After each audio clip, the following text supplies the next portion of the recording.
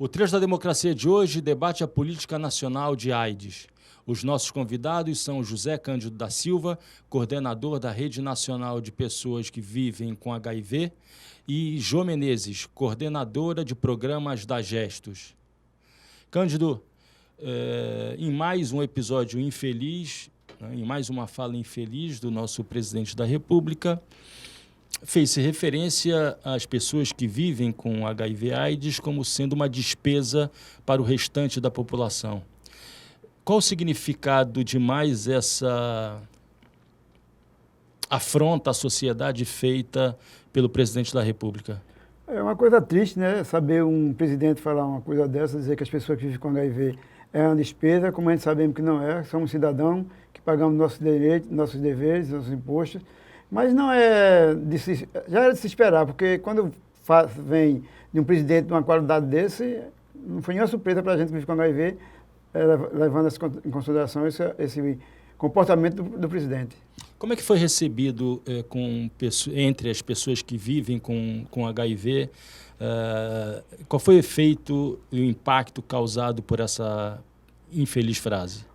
Foi muito triste, né? Porque a gente já enfrenta tanto preconceito, né, diante da sociedade, e quando vem da boca do presidente que dizer que a gente vive com HIV, que é uma despesa, aumenta mais o estigma e preconceito com a gente. Vamos dizer que nós somos um custo para o Estado, e não é bem assim. Jô, vamos tentar historiar um pouco a política nacional de AIDS no Brasil, que é uma referência internacional? Sim, a política nacional de AIDS no Brasil, ela é criada a partir da própria reivindicação das pessoas que se infectavam com HIV naquele momento e também de outras pessoas que junto a eles, familiares, amigos, pressionavam o governo para ter uma política específica. E ainda na década de 80, a política é criada, a Política Nacional de AIDS é criada, e desde a criação, com uma participação muito grande das pessoas que viviam com HIV, com organizações que foram sendo criadas também para responder à epidemia, né? Organizações da sociedade civil que foram criadas para responder à epidemia. Eu digo isso porque, às vezes, a gente fala da política como se fosse algo construído apenas por intenção do governo. Mas as políticas são construídas também por pressão do movimento social, por pressão daqueles que estão sendo afetados. Não foi algo elaborado e imposto de cima para baixo, mas fruto de demandas e pressões. Exatamente. Né? Foi muito uma construção mesmo. E essa política ela teve alguns diferenciais, né? Por exemplo, inicialmente a gente discutia as campanhas, né? Inicialmente a gente discutia toda a parte de comunicação que seria levada à sociedade. A gente discutiu, obviamente, o financiamento para a política, a gente discutia a busca pelo acesso a medicamento. E a gente tem uma feliz coincidência, né, que a gente sempre fala em relação a isso, que é uma tristeza, que é, obviamente, as pessoas serem afetadas, né, infectadas pelo vírus da AIDS, mas, ao mesmo tempo, o país estava criando o SUS. Então, isso foi muito importante. É impossível descolar essa política da construção do Sistema Único de Saúde no Brasil. É impossível. É impossível, porque só a partir dessa visão que o SUS traz, né, de que todas as vidas importam, é que você começa a ter o acesso às pessoas que vivem com HIV, vão ter acesso à medicação, vão ter acesso aos infectos, vão ter acesso à consulta. Quer dizer, tudo isso só é possível porque havia uma ideia, né, do SUS, da integralidade, da universalidade. Então, isso possibilita que, de fato, o Programa Nacional de AIDS possa ser um programa vitorioso naquele momento, né? De conseguir enfrentar a epidemia naquele momento, né? Esse é mais um exemplo da importância do SUS na realidade brasileira, né? O SUS que é tão criticado, e demonstra-se aqui, através da tua fala, Sim. a importância dele para a dúvida. população, para setores específicos e para generalidade da população brasileira. Exatamente, porque assim, a AIDS, ela, quando ela chega ao Brasil, e a gente diz que muitos autores chamam que no Brasil houve uma epidemia californiana, porque ela vem semelhante ao que aconteceu em São Francisco, que atingiu principalmente a comunidade gay no Brasil. E só que ela depois vai se modificando, né? Ela vai, por exemplo, pegando os setores mais pobres da população, de uma maneira maior, mais massificada. Tanto que essa ideia de população de risco, ela foi sendo, pelos dados, por tudo, ela foi sendo, de fato, abolida. Porque quando a gente pensa no que era antes do SUS, imagina você ser atendido no sistema de saúde só se você tivesse uma carteira de trabalho, né? E com o SUS, quando o SUS abre as portas e considera que a saúde é um direito de todos e um dever do Estado, é incrível como isso consegue fazer com que a política que estava se construindo naquele momento, que era a política de AIDS, a política de enfrentamento à epidemia da AIDS, ela passe a ser, a ter um sistema que pudesse acolher todas as pessoas, né? Todos aqueles e todas aquelas que estavam necessitando do serviço de saúde, com uma epidemia que ainda não se sabia direito os caminhos que ela tomaria, né? Não se sabia muito sobre o vírus ainda, né? No final dos anos 80, começo dos anos 90, a gente vai ter praticamente na metade dos anos 90 que a gente tem o chamado coquetel, né? A partir de várias pesquisas, e aí sim você tem uma qualidade de vida diferente a partir dos antirretrovirais combinados, que dariam uma possibilidade de vida com muito mais qualidade para as pessoas que vivem com HIV, e a gente tinha um sistema que pôde ofertar essa medicação para essas pessoas. A gente vai voltar ainda um pouco a essa história, que é uma história muito importante e de destaque das políticas de saúde no plano internacional, mas antes eu queria que Cândido falasse um pouco sobre o cotidiano do acesso aos medicamentos que são ofertados pela rede pública de saúde. Nesses últimos 10, 15, 20 anos, quais foram as variações, quais foram as dificuldades enfrentadas? É possível fazer um cotejamento, uma comparação com períodos em que se ia até o ambulatório para pegar os medicamentos e se tinha certeza que estaria ali o medicamento, e em outros momentos que se enfrentou uma dificuldade, não se sabia muito bem se haveria ou não a disponibilização do medicamento?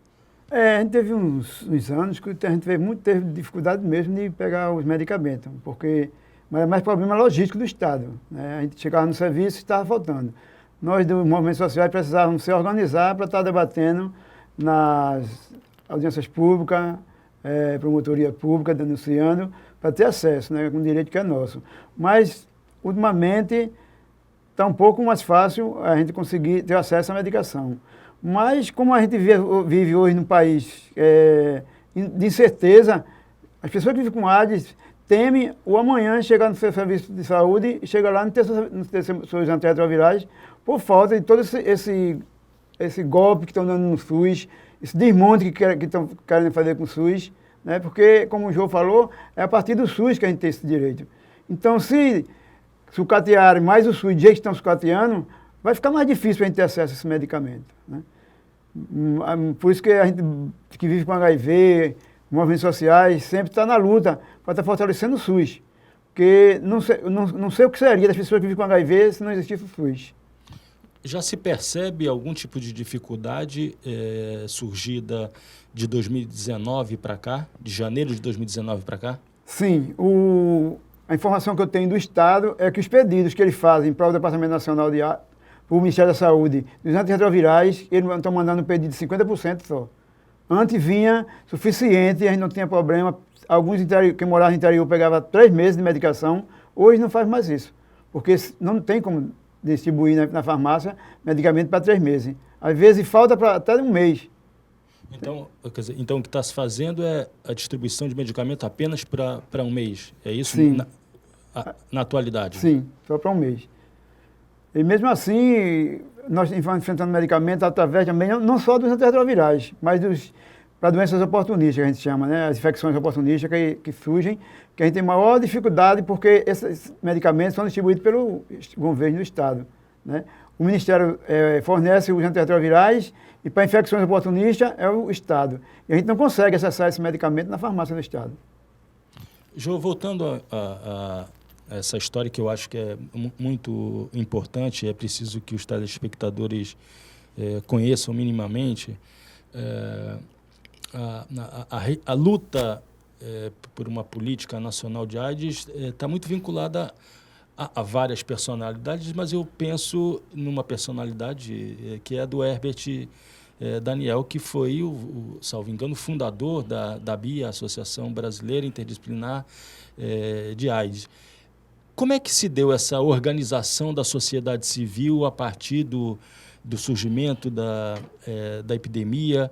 E como é que, quando a Gestos se organiza e quando, no estado de Pernambuco, são feitas essas articulações? Bom, no Brasil inteiro, a partir da mortalidade, né, das pessoas que estavam infectadas pelo vírus, esse número de pessoas que morriam e a rapidez também, porque nos anos 80, 90, a resposta era muito lenta, né, para a rapidez e vamos dizer assim, a violência do vírus, né? Começaram a existir em vários estados do Brasil pessoas que começaram a criar fóruns para discutir como enfrentar essa situação. E em alguns lugares foram sendo criadas também organizações. Aqui em Pernambuco se iniciou com um fórum mesmo que discutia com várias pessoas. E daí também foram acontecendo a criação de várias organizações que buscavam financiamento, que buscavam apoio para cuidar das pessoas que estavam infectadas. Cuidar no sentido de apoio psicológico, cuidar no sentido de uma escuta e de um acolhimento. E dentro dessa história, a Gestos surge também nos anos 90, no início dos anos 90, com essa preocupação. A preocupação de levar informações sobre prevenção para as comunidades, para as empresas, que naquela época também se fazia muito trabalho com as empresas e tal.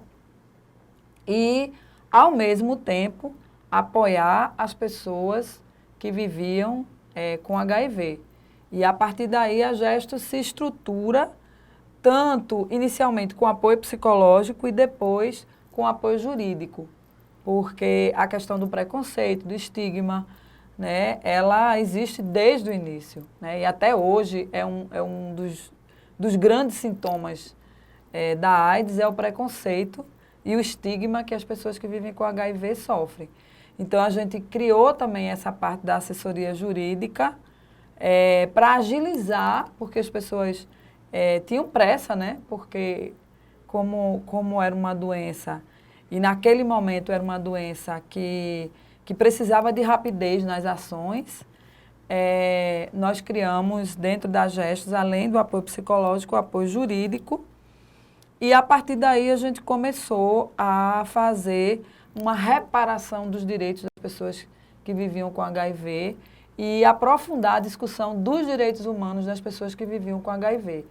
Na sequência, a gente também aí faz parte um pouco da história do movimento e também da política de AIDS no Brasil, porque no Brasil o que se fazia era discutir consensos científicos sobre medicação.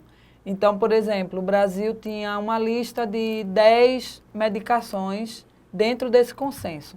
Então, o Brasil comprava, né? Isso já depois dos antirretrovirais. Só que, às vezes, essa medicação, rapidamente, ela... Não é que ela fosse superada, mas pessoas que já viviam com HIV há mais tempo, elas precisavam de drogas mais potentes, mais avançadas. E aí, quando saía alguma notícia científica e tal, de uma droga mais avançada, mas que não estava dentro do consenso brasileiro, a gente também usava a nossa assessoria jurídica para conseguir que o governo comprasse essa droga mais avançada, ou seja, esse remédio mais eficaz, para salvar a vida das pessoas. Então, e isso foi uma coisa que a Gestos fez, mas várias outras organizações no Brasil fizeram. Inclusive, essa questão da busca por medicação e tal, ela é uma iniciativa da sociedade civil. Ela é uma iniciativa, inclusive, de Nair Brito, do GIV, que é um grupo de incentivo à vida, e ela que diz, gente, se a gente tem o SUS, se tem uma medicação hoje, a gente precisa pressionar o governo para a gente ter acesso. E daí, esse diálogo foi um diálogo democrático e interessante que, de fato, deu num caminho, né, vamos dizer assim, até de pioneirismo do Brasil como um país pobre, mas que conseguia fazer com que as pessoas tivessem acesso. Cândido, a frase do Bolsonaro não está descolada de um contexto mais amplo, que é o próprio contexto da formação do seu governo, né? Nós temos uma ministra como a Damares, que faz o discurso da família tradicional, de defesa da família tradicional. Existe por trás do Ministério da Saúde uma clara intenção de ressecamento da estrutura do SUS, né? Existe um Ministério da Economia, liderado pelo Paulo Guedes, que tem a clara intenção de cortar os poucos recursos que já são provenientes da PEC da morte. Como é que a rede nacional que você coordena se posiciona diante desse conjunto de características que talvez tenha apenas tenha sido verbalizada da forma grotesca pelo Bolsonaro quando se referiu às despesas? Inclusive, né, diante dessas falas dele, né, fala de dizer que quem vive com HIV não é despesa, a Rede Nacional das Pessoas Vivendo com HIV, a RNP Brasil, está entrando com processo contra ele também agora, e também se posicionou. A Articulação Nacional de AIDS se posicionou contra essa fala dele, o Conselho Nacional de Saúde também se posicionou contra essa fala dele, porque acham um retrocesso, né, diante da fala de tudo que ele faz nesse sentido, jogando a gente contra a sociedade, as pessoas que vivem com HIV contra a sociedade. Né? Quando ele diz que a pessoa que fica com HIV é uma despesa, pode ser um câncer, pode ser outra doença que é despesa também. E como a gente tem a Constituição, a saúde é direito de todos, dever do Estado. Então não tem que ele estar falando esse tipo de coisas que vai de encontro ao que determina o SUS. Não, porque, na verdade, o termo despesa é utilizado para tudo aquilo que diz respeito à área social, né? Tudo que é da área social, tudo que é investimento social é tratado por esse governo como sendo despesa. Jô, recentemente, logo depois da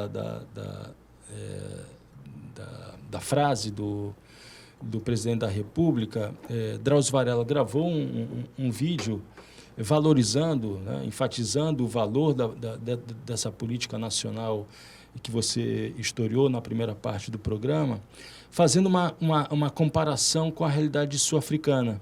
Né? Uhum. E, num determinado momento dessa sua fala, ele disse, se o Brasil não tivesse desenvolvido essa política, teria hoje o mesmo percentual de pessoas infectadas que existe hoje na África do Sul, que, salvo engano, são 10% da população. Drauzio Varela está certo quando fala isso? Eu acho que o grande acerto, volto a dizer, né? Parece que eu estou puxando a brasa para a nossa sardinha, mas, de fato, o grande acerto da política nacional de AIDS aqui no Brasil foi o tempo inteiro estar associado à sociedade civil, sabe? Estar em diálogo com a sociedade civil, porque existem alguns espaços que o movimento social consegue alcançar, que as organizações não governamentais conseguem alcançar e que o Estado não conseguia alcançar, né? Muitas vezes também, quando você você quer se comunicar com a população e você vai utilizar-se apenas dos termos técnicos, por exemplo, a gente sabe que não consegue, né, comunicar bem aqueles que precisam daquela informação. E eu acho que esse processo a sociedade civil construiu de uma maneira muito interessante, né?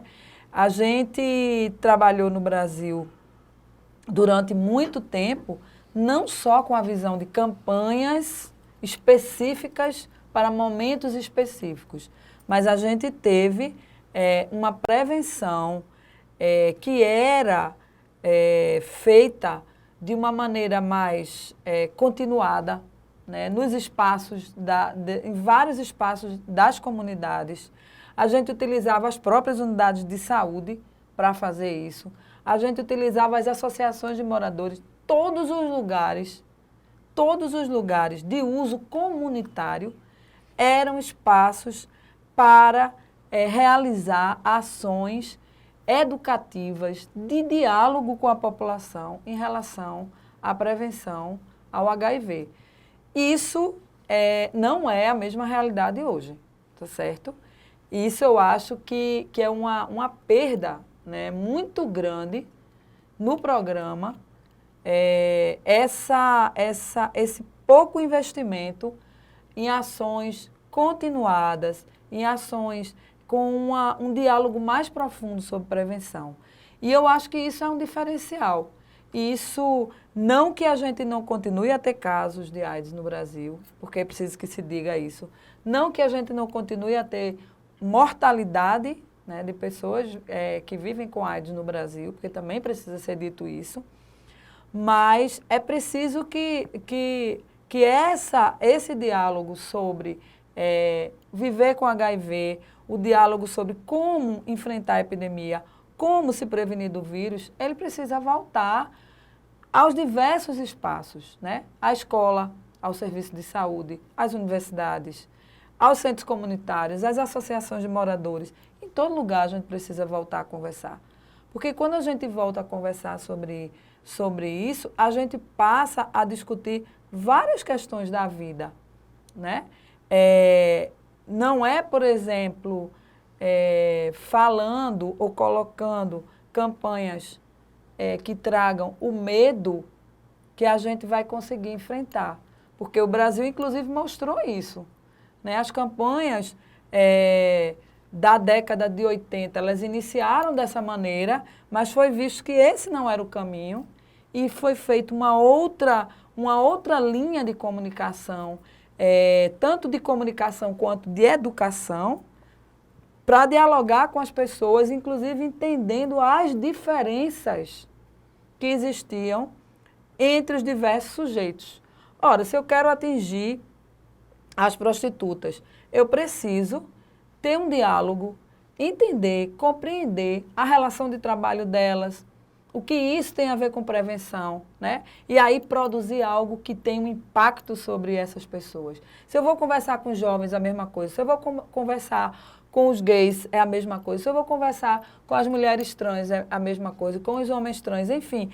Essa diversidade no tratar da prevenção foi algo que o Brasil veio construindo durante muito tempo. Agora, como muito bem disse Cândido, para nós tudo é uma incógnita. A gente não sabe como vai se desenrolar a partir de agora tudo isso. A campanha que foi feita agora no Carnaval, o vídeo que foi feito agora no Carnaval, para falar sobre as ISTs, ela é uma campanha protagonizada por jovens, todos que aparecem no vídeo são jovens. No entanto, a música é uma música, parece quase uma música de terror, e a mensagem é uma mensagem que, no meu entender, se cola muito com a mensagem da abstinência sexual, sabe? Que não é uma coisa de um diálogo, de um entender, de compreender e de ouvir o que o jovem está pensando sobre. Mas é uma coisa de dizer assim, se você vai transar, use camisinha. Aí tem sífilis, AIDS e tal, uma coisa bem... e bem num tom, assim, de medo, de colocar medo. E quando você coloca medo em relação a isso tem, na minha avaliação, na avaliação que a gente fez, inclusive, na Gestos, tem um impacto sobre as pessoas vivendo com HIV. Cândido, a gente corre o risco de retroceder no próprio avanço que houve da caracterização inicial de grupo de risco para comportamento de risco. A gente corre o risco hoje de, por conta dessa estigmatização, retornar à ideia de grupos de risco? Sim, corre, né? Corre tanto que começa com um retrocesso, né? Até a ECO 95 agora, né? Que quando congela o recurso para a saúde e educação, como fazer campanhas se não tem orçamento? Como fazer um tratamento melhor se o orçamento da saúde cada dia diminui? Nós, de movimentos sociais, tínhamos um diálogo muito bom com o Ministério da Saúde. Depois de 2016 para cá, foram cancelando tinha a Comissão Nacional de AIDS, a CNAIDS, da qual eu fazia parte, era que a gente assessorava o ministro. Ele acabou com a Comissão de AIDS, a Comissão ACAMES, que era a Comissão Nacional de Articulação com o Movimento, ele acabou também. Todo o setor de diálogo que a gente tinha com o governo, ele acabou. Não tem diálogo nenhum com a sociedade. A tua fala e a fala da Jô se complementam, né? Quer dizer, esse não é um governo do diálogo, né? Não é. Nem nas campanhas, o medo substituiu a ideia do diálogo, como da prática E nem a assistência. E também o diálogo com os movimentos, né? Quer dizer, a ideia retorna a uma ideia hierarquizante, voltada para o corte de garantias e de direitos. Isso. Como é que a sociedade civil vai responder, vem respondendo a essa avalanche, Cândido? A gente tem ocupado os espaços, né, como Ministério Público, Conselho Nacional de Saúde, Conselho Estadual de Saúde. Quem são os aliados dessa luta? São poucos, né? São poucos ainda, mas a gente tem alguns aliados que estão levando essa discussão para os conselhos e para o espaço de debate, mas está muito difícil encontrar uma pessoa também que esteja nos apoiando nessa discussão. Se não for as ONGs, o único apoio que a gente tem é das ONGs, porque o Ministério Público também não tem dado a resposta necessária que a gente precisa. Os conselhos de saúde leva a discussão, mas a gente também não vê muito retorno das discussões. E as secretarias estaduais de saúde, particularmente da região Nordeste? Pernambuco é um estado que está no segundo lugar no Nordeste com mais pessoas infectadas com HIV e AIDS. A gente está com 27.500 e poucos casos de AIDS aqui. A gente teve um desmonte muito grande na política de AIDS do estado. Nós também não temos diálogo com a coordenação de AIDS, a gerência de AIDS aqui do estado também. Porque depois que mudou de gestão da coordenação, a gente veio de cima para baixo, né? Tudo desmantelando tudo. A gente não tem mais um diálogo com a Secretaria de Saúde daqui. Coisa que a gente também tinha antes. Um diálogo, se reunia com a Secretaria de Saúde, com a coordenação. Hoje não tem mais isso. Fica dependendo de ações ou da GESP ou da RNP e Ministério Público e Conselho de Saúde. A gente fica partindo disso. Não tem o que fazer mais do que isso. Eu acho que a gente consegue também, vamos dizer assim, apoiadores daqueles que defendem o SUS, porque tem muita gente que lutou para construir o SUS e que não abre mão, né? Felizmente, né? Continuam na defesa do SUS. Então, a gente tem as universidades que defendem o SUS, né? Até porque os hospitais públicos, alguns deles, hospitais universitários, obviamente que são importantes para o SUS e são importantes para a formação, né, dos estudantes. Você tem também nas secretarias de saúde, eu acho, dos governos do Nordeste, existe uma preocupação em relação a isso, uma preocupação em relação a essa PEC que tirou recursos e que, quer dizer, congela recursos por 20 anos e que, aliando, né, dois setores fundamentais para a vida em sociedade, que é educação e saúde, né? Então, eu acho que dentro disso a gente consegue alguns aliados, embora a gente ainda se sinta muito num campo em que a gente denuncia, mas que a rapidez da resposta é muito lento, né? Porque se você vai judicializar, né? Então tudo é lento, né? Tudo é muito lento e as pessoas precisam de resposta porque tem a ver com a saúde delas, com a vida delas, né? E cada vez que o SUS é afetado, não tenha dúvida, né? Cada vez que o SUS sofre qualquer que seja o desmonte, seja na atenção primária, seja na atenção secundária, ou seja mesmo nos hospitais, né? A gente vai ter um impacto muito grande na vida das pessoas que vivem com HIV, porque para elas a medicação é fundamental, para elas a consulta com o infectologista e com as outras áreas é fundamental, porque só lembrando, as pessoas que vivem com HIV, o vírus, a principal questão dentro do corpo das pessoas é trazer, vamos dizer assim, uma falha no sistema imunológico. Então, várias outras doenças acontecem. Então, a gente precisa ter um acompanhamento que não é só do infectologista. E isso, às vezes, fica comprometido, às vezes não, quase sempre, quando o SUS é desmantelado da forma como está sendo. Nosso programa chega ao fim. Muito obrigado, Cândido. Muito obrigado, Jô. E o Trilhas da Democracia volta na próxima semana, sempre às terças, às 9 horas da noite, com reapresentação aos domingos, às 7 horas da noite. Até lá.